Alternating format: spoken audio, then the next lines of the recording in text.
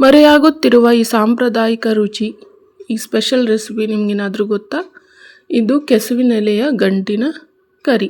ಈ ಕರಿಯನ್ನು ಒಮ್ಮೆ ಮಾಡಿದರೆ ಮತ್ತೆ ಮತ್ತೆ ಮಾಡ್ತೀರಾ ಅಂತಹದೊಂದು ಅದ್ಭುತವಾದ ರುಚಿ ಇದರಲ್ಲಿ. ಮಳೆಗಾಲದಲ್ಲಿ ಒಮ್ಮೆಯಾದರೂ ಮಾಡಿ ನೋಡಿ.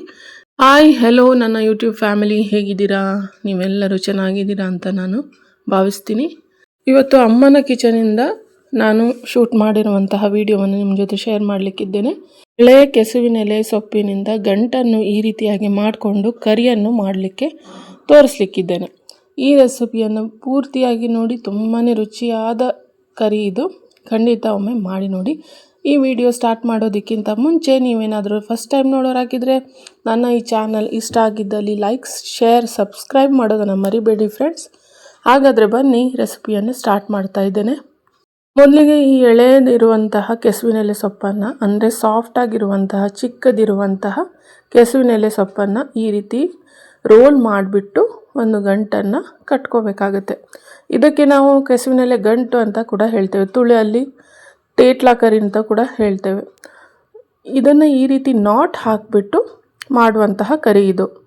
ಕೆಸುವಿನೆಲೆಯ ಗೊಜ್ಜಿನ ರೆಸಿಪಿ ವ್ಲಾಗಲ್ಲಿ ನಾನು ಹೇಳಿದ್ದೆ ಈ ರೆಸಿಪಿಯನ್ನು ಖಂಡಿತ ಶೇರ್ ಮಾಡ್ತೀನಿ ಅಂತ. ಇವತ್ತು ಈ ಕರಿಯ ರೆಸಿಪಿಯನ್ನು ಇಲ್ಲಿ ಶೇರ್ ಮಾಡಲಿಕ್ಕಿದ್ದೇನೆ. ಮಾಡ್ತಾ ಇರೋದು ನಮ್ಮಮ್ಮ. ತುಂಬಾ ಚೆನ್ನಾಗಿ ಅಡುಗೆ ಮಾಡ್ತಾರೆ ಇವರು. ನೋಡಿ, ಈ ರೀತಿಯಾಗಿ ಎಲ್ಲ ಎಲೆಗಳಿಂದ ಈ ರೀತಿ ಗಂಟನ್ನು ಮೊದಲಿಗೆ ಕಟ್ಕೊಳ್ಬೇಕಾಗುತ್ತೆ. ತುಂಬ ಎಳೆ ಇರೋದು ಎಳೆ ತಗೊಂಡ್ರೆ ಬೇಗನೆ ಗಂಟು ಕಟ್ಕೊಳ್ಳೋಕೆ ಬರುತ್ತೆ. ಇಲ್ಲ ದೊಡ್ಡ ದೊಡ್ಡ ಎಲೆಯಲ್ಲಿ ಮಾಡೋದಾದರೆ ಹರಿದೇ ಹೋಗಿಬಿಡುತ್ತೆ. ನೋಡಿ, ಈ ರೀತಿಯಾಗಿ ಗಂಟನ್ನು ಕಟ್ಕೊಂಡಿದ್ದೀವಿ. ಇವಾಗ ಇದಕ್ಕೆ ಬೇಕಾಗಿರೋದು ಜಾಕ್ ಫ್ರೂಟ್ ಸೀಡ್ಸ್, ಅಂದರೆ ಹಲಸಿನ ಬೀಜವನ್ನು ಇಟ್ಕೊಂಡಿದ್ದೀವಿ. ಮತ್ತು ಅರ್ಧ ಮಂಗಳೂರು ಸೌತೆಕಾಯಿ ಇಟ್ಕೊಂಡಿದ್ದೀವಿ. ಮತ್ತು 1 ಕಪ್ಪಷ್ಟು ಮೊಳಕೆ ಬಂದಿರುವಂತಹ ಸ್ಪ್ರೌಟ್ಸನ್ನು ಇಟ್ಕೊಂಡಿದ್ದೀವಿ. ಹೆಸರು ಕಾಳಿನ ಸ್ಪ್ರೌಟ್ಸ್ ಮಾಡ್ಕೊಂಡಿರುವಂಥದ್ದು. ಅದನ್ನು ಒಂದು ಅರ್ಧರಿಂದ 3/4 ಕಪ್ಪು ಇಟ್ಕೊಂಡಿದ್ದೇವೆ. ಮೊದಲು ಕುಕ್ಕರಲ್ಲಿ ನಾವು ಹಲಸಿನ ಬೀಜವನ್ನು ಬೇಯಿಸ್ಕೋಬೇಕಾಗತ್ತೆ. ಅದನ್ನು ಮೊದಲು ಬೇಯಿಸ್ಕೊಂಡು ಆಮೇಲೆ ಮಿಕ್ಕಿದ ಪದಾರ್ಥಗಳು ಅದಕ್ಕೆ ಹಾಕಬೇಕು. ಯಾಕಂದರೆ ಹಲಸಿನ ಬೀಜ ಬೇಯೋದು ತುಂಬಾ ಲೇಟು, ಮಿಕ್ಕಿದೆಲ್ಲ ಬೇಗನೆ ಬೇಯುತ್ತೆ. ಇವಾಗ ಇದು ಚೆನ್ನಾಗಿ ಬೆಂದಿದೆ ನೋಡಿ. 15ರಿಂದ 20 ಬೀಜವನ್ನು ಹಾಕ್ಕೊಂಡಿರುವಂಥದ್ದು. ಇದನ್ನು ಇವಾಗ ಚೆನ್ನಾಗಿ ಬೇಯಿಸ್ಕೊಂಡಿದ್ದೀವಿ. ಇದಕ್ಕೆ ತುಳುವಿನಲ್ಲಿ ತೇಟ್ಲಾ ಕರಿ ಅಂತ ಕೂಡ ಹೇಳ್ತಾರೆ, ಈ ಗಂಟನ್ನು ಮಾಡ್ಕೊಂಡಿರೋದಕ್ಕೆ. ಈಗ ನಾವು ಉಳಿದ ಮಿಕ್ಕಿರೋಂತಹ ಸಾಮಗ್ರಿಯನ್ನು ಹಾಕ್ಕೊಳ್ಬೇಕು. ಸೌತೆಕಾಯಿ, ಸ್ಪ್ರೌಟ್ಸು ಮತ್ತು ಗಂಟು ಮಾಡಿರುವಂತಹದ್ದು ಇವೆಲ್ಲವನ್ನು ಇವಾಗ ಕುಕ್ಕರಲ್ಲೇ ಹಾಕಿ 1 ವಿಷಲ್ ಅಥವಾ 2 ವಿಷಲ್ ಜಾಸ್ತಿ ಆಗುತ್ತೆ, 1 ವಿಷಲಲ್ಲಿ ಕುಕ್ಕರನ್ನು ಕೂಗಿಸ್ಕೊಂಡಿದ್ದೀವಿ. ಇವಾಗ ನಾವು ಮಸಾಲೆಗೆ ಚಿಕ್ಕ ಒಗ್ಗರಣೆ ಪ್ಯಾನ್ ಇಟ್ಕೊಂಡಿದ್ದೀನಿ. ಅದಕ್ಕೆ ತೆಂಗಿನೆಣ್ಣೆ ಹಾಕಿಬಿಟ್ಟು 1 ಚಮಚದಷ್ಟು ಉದ್ದಿನ ಬೇಳೆಯನ್ನು ಹಾಕ್ಕೊಂಡು ಚೆನ್ನಾಗಿ ನಾವು ಇಲ್ಲಿ ಫ್ರೈ ಮಾಡ್ಕೋಬೇಕಾಗುತ್ತೆ. ಮಸಾಲೆಗೆ ಮಿಕ್ಕಿದ ಸಾಮಾನೆಲ್ಲ ರೆಡಿ ಮಾಡಿ ಇಟ್ಕೊಂಡಿದ್ದೀವಿ. ಉದ್ದಿನ ಬೇಳೆನ ಮಾತ್ರ ನಾವು ಇದನ್ನು ಚೆನ್ನಾಗಿ ಗೋಲ್ಡನ್ ಬ್ರೌನ್ ಆಗೋವರೆಗೂ ಚೆನ್ನಾಗಿ ಹುರ್ಕೋಬೇಕಾಗುತ್ತೆ. ಮಿಕ್ಕಿದ ಮಸಾಲೆ ಅಂದರೆ ಕಾಯಿ ತುರಿ, ಒಂದು ಅರ್ಧ ಕಾಯಿ ತುರಿಯನ್ನು ತಕ್ಕೊಂಡಿದ್ದೇವೆ. ಅದನ್ನು ಇವಾಗ ಮಿಕ್ಸಿಯಲ್ಲಿ ಹಾಕ್ಕೋತಾ ಇದ್ದೇವೆ.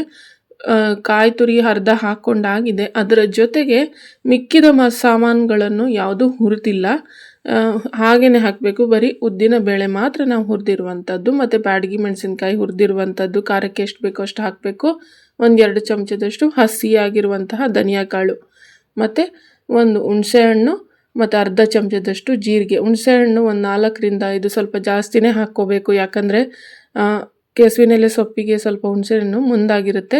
ಯಾಕಂದರೆ ತುರ್ಕೆ ಬರುತ್ತೆ. ಇಲ್ಲ ಅಂದರೆ ಸರಿಯಾಗಿ ಎಳೆಯದಿರುವಂತಹ ಕೆಸುವಿನೆಲೆ ಸೊಪ್ಪನ್ನು ತೆಗೋಗ್ಬೇಕು. ಅದ್ರ ಜೊತೆಗೆ ಹುಣಸೆಹಣ್ಣು ಹಾಕ್ಕೊಂಡಿದ್ದೀವಿ. ಅದ್ರ ಜೊತೆ ಚಿಟಿಕೆ ಅರಿಶಿನ, ಇವಿಷ್ಟನ್ನು ಹಾಕಿ ನಾವು ಪೇಸ್ಟ್ ಮಾಡ್ಕೊಳ್ಬೇಕು.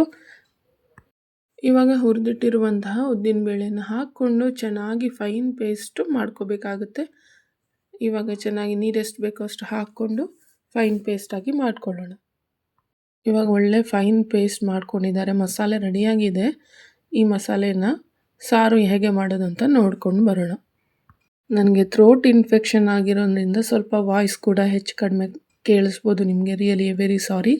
ಇವಾಗ ಒಂದು ಪಾತ್ರೆಗೆ ಹಾಕ್ಕೊಂಡಿದ್ದೀವಿ ಮಸಾಲೆನ, ಮತ್ತು ಬೇಯಿಸ್ಕೊಂಡಿರುವಂಥದ್ದನ್ನು ಕೂಡ ರೆಡಿ ಮಾಡಿ ಇಟ್ಕೊಂಡಿದ್ದೀವಿ. ಇವೆಲ್ಲವನ್ನು ಹಾಕಿ ಇವಾಗ ರುಚಿಗೆ ತಕ್ಕಷ್ಟು ಉಪ್ಪನ್ನು ಕೂಡ ಹಾಕಿದ್ದೇವೆ.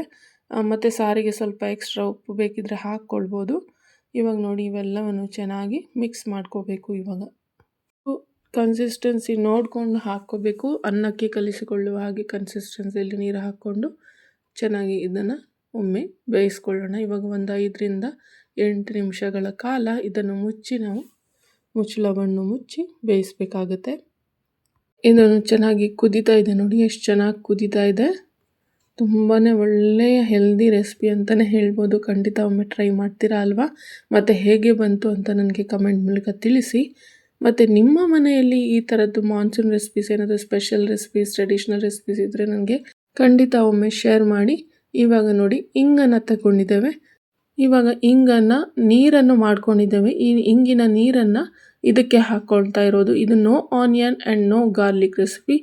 ಈ ರೆಸಿಪಿಯಲ್ಲಿ ನಾವು ಒಗ್ಗರಣೆ ಮಾಡ್ತಾ ಇಲ್ಲ. ಇಂಗಿನ ನೀರನ್ನು ಚೆನ್ನಾಗಿ ಮಿಕ್ಸ್ ಮಾಡ್ಕೊಂಡಿದ್ದೇವೆ. ಮೇಲ್ಗಡೆಯಿಂದ ಹಸಿ ಕೊಬ್ಬರಿ ಎಣ್ಣೆಯನ್ನು 1 ಚಮಚದಷ್ಟು ಹಾಕ್ಕೋತಾ ಇದ್ದೇವೆ. ಒಂದು ಚಮಚದಿಂದ 2 ಚಮಚದವರೆಗೂ ತೆಂಗಿನೆಣ್ಣೆ. ಇದಂತೂ ಎಣ್ಣೆ ಸ್ಕಿಪ್ ಮಾಡೋಕ್ಕೆ ಹೋಗಬೇಡಿ. ಬೇರೆ ಎಣ್ಣೆಯಲ್ಲಿ ಈ ರೀತಿ ಫ್ಲೇವರ್ಸ್ ಖಂಡಿತ ಸಿಗೋದಿಲ್ಲ. ಇವಾಗ ನೋಡಿ ಕೊಬ್ಬರಿ ಎಣ್ಣೆ ಹಾಕ್ಕೊಂಡು ರೆಡಿಯಾಗಿದೆ. ಇದು ತುಂಬಾ delicious and tasty, very healthy ಕೆಸುವಿನ ಗಂಟಿನ ಸಾಂಬಾರು ರೆಡಿ. ಇವಾಗ ಈ ಇಂಗಿನ ನೀರನ್ನು ಹಾಕ್ಕೊಳ್ಳೋದಕ್ಕಿಂತ ಮುಂಚೆ ಸ್ವಲ್ಪ ಕರಿಯನ್ನು ನಾವು ತೆಗೆದಿಟ್ಕೊಂಡಿದ್ವಿ. ಕೆಲವರಿಗೆ ಇಂಗಿನ ನೀರು ಮತ್ತು ತೆಂಗಿನ ಎಣ್ಣೆ ಹಾಕಿರುವಂಥದ್ದು ಇಷ್ಟ ಆಗೋದಿಲ್ಲ ಅಲ್ವಾ? ಅದೇ ಸಾಂಬಾರಿಗೆ ನಾವು ಅರ್ಧ ಭಾಗದಷ್ಟು ತೆಗೆದುಕೊಂಡಿಟ್ಕೊಂಡಿದ್ದು. ಇವಾಗ ಒಳ್ಳೆಯದೊಂದು ಗಮ್ಮಂತ ಒಂದು ಬೆಳ್ಳುಳ್ಳಿ ಒಗ್ಗರಣೆನ ಹಾಕೋಣ. ತುಂಬಾ ಚೆನ್ನಾಗಿ ಬರುತ್ತೆ. ತೆಂಗಿನ ಎಣ್ಣೆಯಲ್ಲಿ ಬರೀ ಬೆಳ್ಳುಳ್ಳಿಯನ್ನು ಹಾಕಿಬಿಟ್ಟು ಆ ಒಗ್ಗರಣೆನ ಇದಕ್ಕೆ ಹಾಕಿದರೆ ತುಂಬಾ ಫ್ಲೇವರ್ಫುಲ್ ಆದಂತಹ ಕೆಸುವಿನೆಲೆ ಗಂಟಿನ ಸಾಂಬಾರು ರೆಡಿ. 2 ಬಗೆಯ ರೀತಿಯಲ್ಲಿ ಮಾಡ್ಬೋದು. ಒಂದು ಇಂಗಿನ ನೀರು, ಇನ್ನೊಂದು ಬೆಳ್ಳುಳ್ಳಿ ಒಗ್ಗರಣೆ.